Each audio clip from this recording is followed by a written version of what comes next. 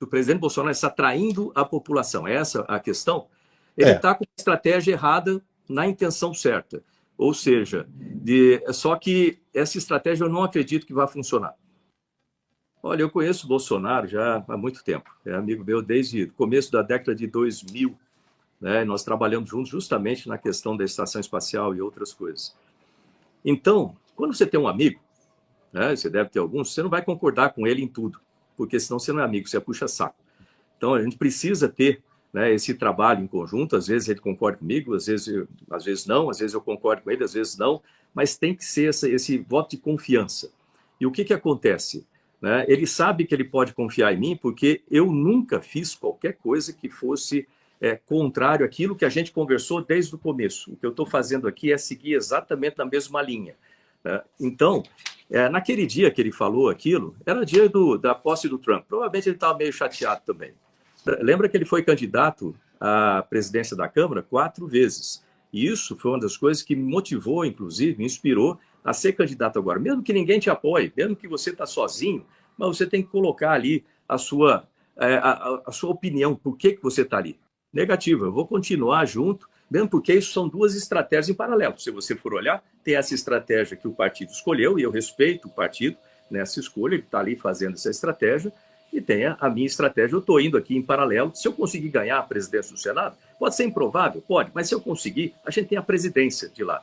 Se eu não conseguir, ok, o Davi ganhou, a gente pode lamentar durante 2 anos, talvez, mas eu vou ajudar a essa estratégia que eles escolheram a funcionar. Eu vou lá continuar a fazer meu trabalho junto com eles. Não tem problema nenhum. Eu não tenho essa questão, esse tipo de rancor, emoção. Isso não existe para mim. Existe que eu estou aqui para defender o povo brasileiro. Então, profissional que eu era ao longo de toda a minha carreira, lembrar que eu tenho uma carreira antes da política, né? Eu fui profissional que eu tive aí uma carreira que muita gente teria muitas vidas para poder viver o que eu já vivi, ter as experiências que eu tenho, profissionais, pessoais, assim por diante. E aí ele percebeu isso aí e me trouxe para o Ministério. E eu fiz o meu trabalho do Ministério. Depois, e o senhor não deve lealdade político, mais, então, à posição política de liderança dele. Esse apoio político foi, sem dúvida, importante. Mas se ele tivesse apoiado algum candidato que não tinha esse meu cabedal anterior, provavelmente não seria eleito. Ou seja, não é uma coisa só, é um conjunto de fatos que levam, né, a ter sucesso ou não em algum tipo de empreitada que você quiser fazer na vida. Né? E o que me leva a fazer alguma coisa é justamente os meus princípios e os meus valores. E ele sabe disso, que não muda.